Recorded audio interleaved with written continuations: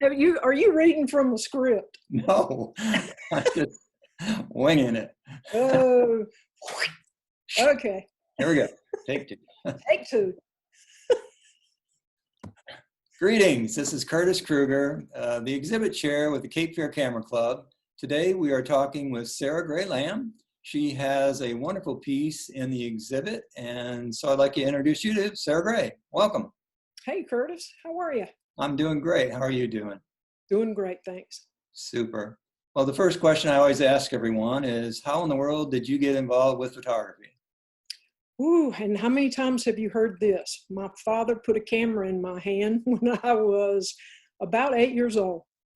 It was a Brownie Hawkeye, and truly from about that point forward, I've been interested in one way or another with photography. Wonderful. I will have to say that so far out of the three interviews I've given, they've always been the father. Yeah. So that makes just an interesting statement to me. Yeah, and I wish he was here today so that he could see where I've taken it since I retired, because I had a little bit of an interim, not so much photography related while I worked. And it wasn't until I retired that I actually got into digital photography and really took it to the next level. Right, great.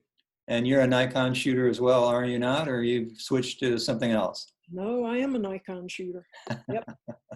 Actually, from way back there, after it was during high school when I was the yearbook photographer.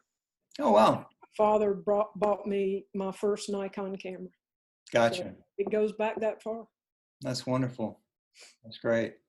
Well, we're going to put up your image here, this wonderful black and white image, the first black and white we've seen of the exhibit. There is actually almost a 50-50 black and white to color ratio this year, which is nice. Can you tell us a little bit about this? I can. That image is actually shot with an infrared camera. It was a conversion at about 590 nanometers. And then the channels were swapped to get the deep, dark tonal black and whites, which black and white is one of my favorite parts of photography. And so that was shot in the, where was I?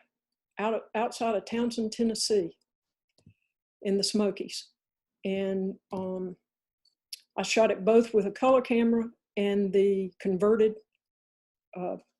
infrared camera, and I just loved the way the infrared brought out the black and white conversion. I think much more so than if I had shot it in black and white or monochrome with a color camera. Right. And for those that aren't quite familiar with the technique, explain how the water looks kind of ghosty movement. Well, so it was a slower exposure. And I did a little bit of post-processing to kind of help along that ghosty. The real thing I think that infrared does is it takes the greens and makes them white. And so when you first look at an image like that shot infrared, you're like, what am I looking at? Because you're not accustomed to seeing leaves white. So the tonal ranges in the midtones and the blacks, they take on altogether a different light spectrum. And for me personally, it makes the contrast just so much deeper than what you could get in a regular black and white or monochrome shot. Right. Well, it's a very striking image. So did that answer your question? That did. Thanks. The technicality of the infrared is, I can't just give you the difference with the different channel swaps, but I can tell you that the beauty for me is you also get to shoot at the highest contrast light. So that shot was like at 12 noon. Oh, wow. When most people say not to shoot. When you technically shouldn't be shooting. Right. But because of that, the contrast and the darks and the lights and the shadows and the light, really infrared loves it. Right. Absolutely loves it. Well, that's great. Do you know how long you've been a camera club member? So I retired in 2015 and moved to Wilmington. And the very first person I met was Phil Perry, Oh, wow. a Scott Kelby photo walk that Rich Haas was hosting. And Phil and Rich, we all just had a connection right from the very beginning. I had no idea there was a Cape Fear Camera Club. Mhm. And it's probably the best thing that happened for me and my photography was meeting those two guys and getting involved with the camera club. So Great. what's that? 5 years? Right. Yeah, Right. 5 years. Well, that's great.